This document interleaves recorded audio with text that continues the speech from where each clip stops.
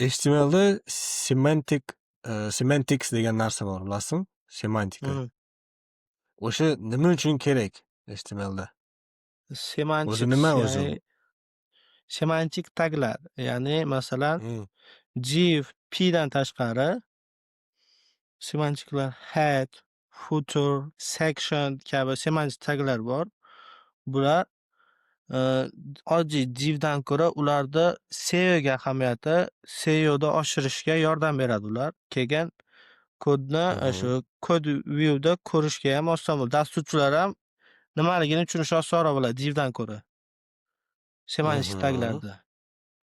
Hamda Mhm. Google'ga qo'yganda, Microsoftga qo'yganda qidiruv tizimida ham chiqishga osonlashtirib beradi o'qishga. Do'stlar, bu videoning to'liq qismini WStudio.uz YouTube kanalida ko'rishingiz mumkin. Albatta ko'ringlar, like bosinglar va obuna bo'linglar. Bu men uchun juda ham muhim. Hammaga rahmat.